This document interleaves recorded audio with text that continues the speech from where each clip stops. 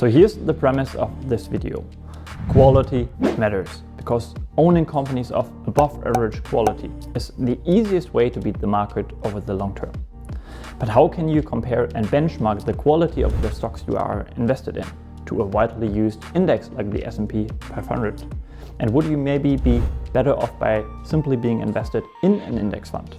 And how does my own portfolio fare against the S&P index in terms of business quality? Well, those are the questions that we are going to discuss in this video. And so without further ado, let's get started.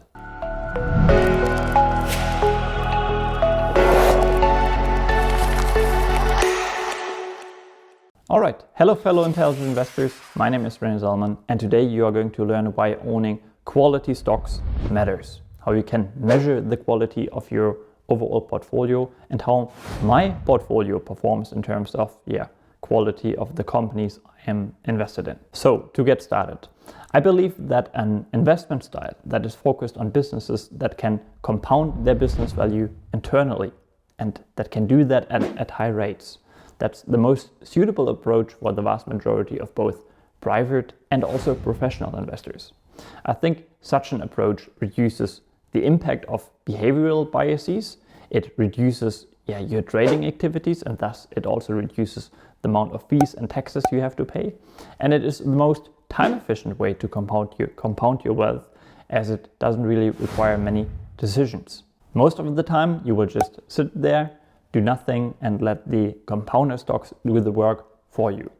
So let me just quickly show you that in fact quality stocks beat the market and explain why quality works so well.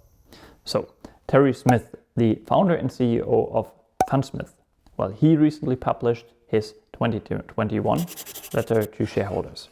And in this letter, he compared the performance of the very popular MSCI World Index to the MSCI World Quality Index, which according to the fact sheet of the index, quote, aims to capture the performance of quality growth stocks by identifying stocks with high quality scores based on three main fundamental variables: high return on equity, stable year-over-year earnings growth, and low financial leverage. And in this letter, Terry Smith included a chart that showed the excess returns generated by the quality-focused index.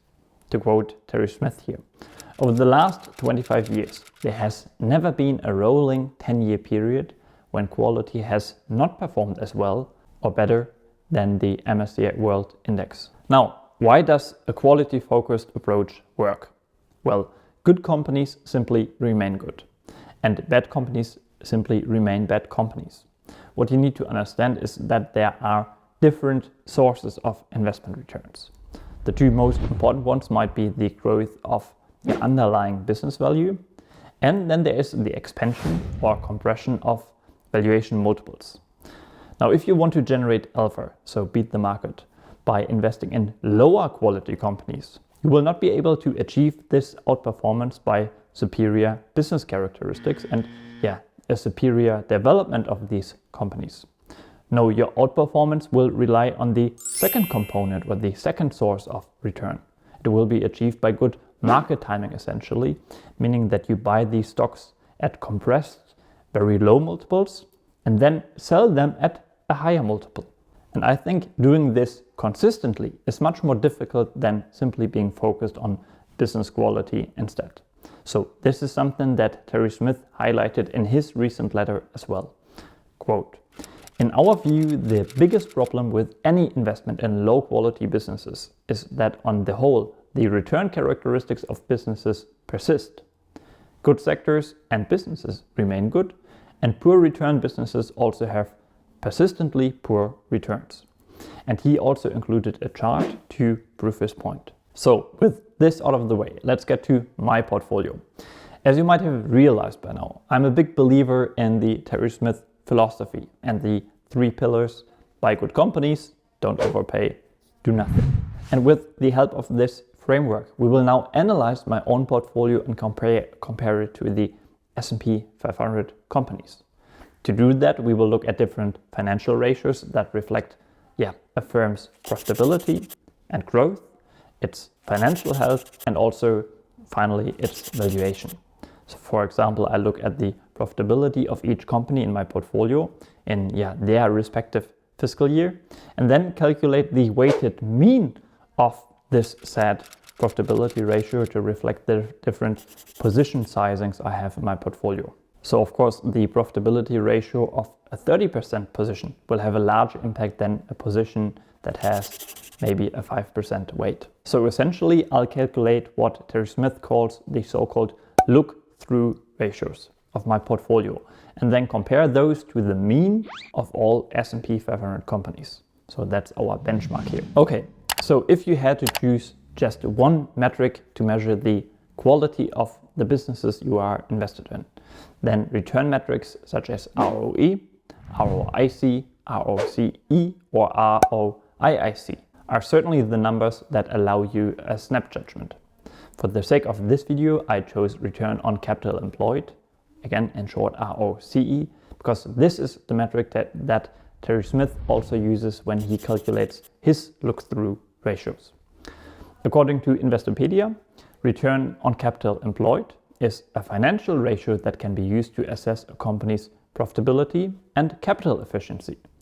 In other words, this ratio can help to understand how well a company is generating profits from its capital as it is put to use. And the formula to calculate ROCE looks like this. So if we now take a look at my portfolio, then we can see that some companies earned a return of more than 50% in their last fiscal year, which is absolutely spectacular. Others even earned a negative return, so their operating profit in their last fiscal year was actually negative. Generally speaking, that's not so great, but there may be good reasons for operating profit being negative. And to judge whether this is a problem, you will have to understand the business and the business characteristics, its runway, its long-term vision, and so on and so forth. If we now take a look at the weighted mean of my portfolio, 10 positions in total, then we can see that for each dollar of capital invested, 20 cents of operating income was generated. That's quite impressive, especially considering that the mean ROCE of the S&P 500 was only 16% in the year 2021 and 11% in the 2020 fiscal year. Of all of the metrics that we are going to discuss in this video, ROCE is probably the most important one, because assuming a business can reinvest 100% of its profits, then the return it earns on those investments, those reinvestments, will over the long term reflect the return investors in the stock enjoy. To quote Charlie Munger here, over the long term, it's hard for a stock to earn a much better return than the business which underlies it earns. If the business earns 6% on capital over 40 years, and you hold it for that 40 years, you're not going to make much different than a 6% return, even if you originally buy it at a huge discount. Conversely, if a business earns 18% on capital over 20 or 30 years, even if you pay an expensive looking price, you'll end up with a fine result. Now please pay attention now, because I'm going to teach you a very valuable lesson now. High returns on capital without growth is almost worthless. A business needs, as I said, reinvestment opportunities to be able to deploy its capital at those high returns. So the next two metrics that I considered in my look-through portfolio are revenue growth and operating profit growth. And I'm quite pleased with the overall growth of the companies I'm invested in. As you can see, the weighted mean of the annual revenue growth rates is 44% compared to 14.88% of the S&P 500 companies, and 99% of operating profit growth compared to 28.46% of, again, the S&P 500 companies. Another way of measuring a company's profitability are profit margins. And for the sake of my look-through portfolio, I first of all considered gross margin, which basically considers what percentage is left over once you subtract the firm's cost of goods sold from revenue. So for my portfolio, gross margin came in at roughly 58%, which is significantly above the S&P 500 average of 45%. And then I also considered the operating profit margin, which in my portfolio is around 8 percentage points higher than the margin of the 500 S&P companies. So again, this is proof that the companies I own are of higher quality than the average S&P 500 business. So when discussing gross margin specifically, I always like to quote Lawrence Cunningham, because he wrote in his book Quality Investing, Owning the Best Companies for the Long Term. Gross profit margin demonstrates competitive advantage. It is the purest expression of customer valuation of a product, clearly implying the premium buyers assign to a seller for having fashioned raw materials into a finished item and branding it. High gross margins also confer other advantages. They can expand the scope for operating leverage, provide a buffer against rising raw material prices, and provide the flexibility to drive growth through research and development or advertising and promotion. Now finally, I also consider the financial health of the companies I own, as well as how expensive these companies are compared to the S&P. I'll keep this one short. When looking at my portfolio, the weighted mean of the total liabilities to free cash flow ratio, so that's a debt ratio, is 3.3. This means that taken together, the companies I own in my portfolio could pay off all of their debt within 3 years. And the debt to equity ratio is also quite manageable. It comes in at 1.2. So as we can see, it seems like I own above average companies. At least in their last fiscal year, they tend to show superior business performance. They post higher margins, grow more quickly, and generate a higher return on their investments.